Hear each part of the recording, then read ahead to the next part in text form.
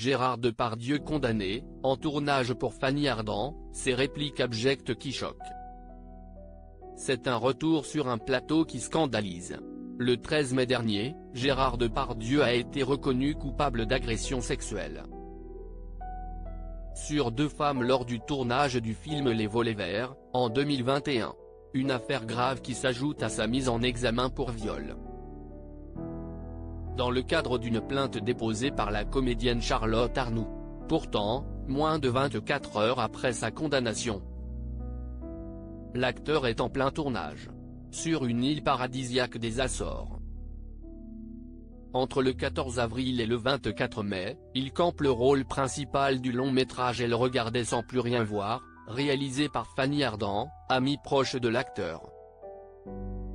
Le film, produit par une société portugaise avec des fonds publics, est tourné à São Miguel.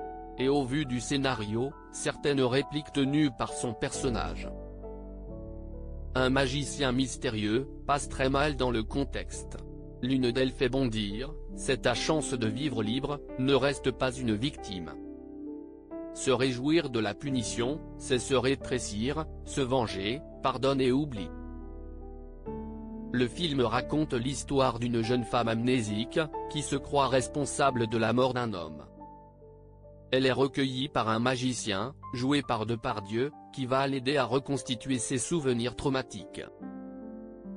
Si le pitch peut sembler poétique, certaines phrases du personnage ont aujourd'hui un goût amer. À la lumière de la condamnation de l'acteur. Pardonne et oublie, vraiment ? Contactées par Mediapart, les 2 plaignantes de l'affaire des Volets Verts, Amélie et Sarah, sont stupéfaites de voir l'acteur ainsi recasé. Amélie dénonce, Depardieu et son avocat nous ont accusés de briser sa carrière, son moral et sa santé, alors qu'il paraît évident que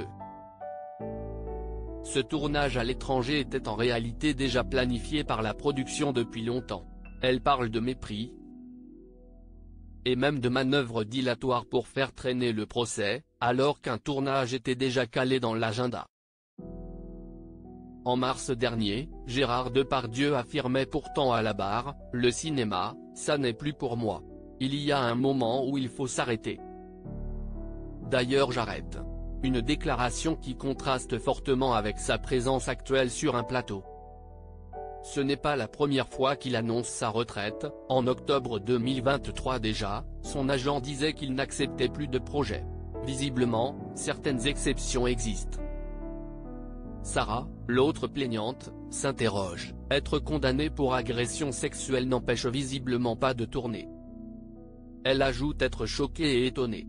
Elle rappelle que pendant le procès, des aménagements horaires avaient été imposés pour tenir compte de l'état de santé de l'acteur, ce qui a prolongé l'épreuve pour nous, nos avocats et les témoins, avec tous les frais et complications que cela implique.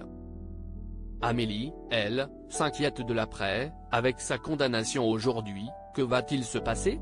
Qui est responsable de l'avoir embauché malgré tout ça ? Condamné, mais toujours actif, Gérard Depardieu continue de diviser. Et cette fois, ce sont ses propres répliques, écrites bien avant le verdict, qui sonnent terriblement faux.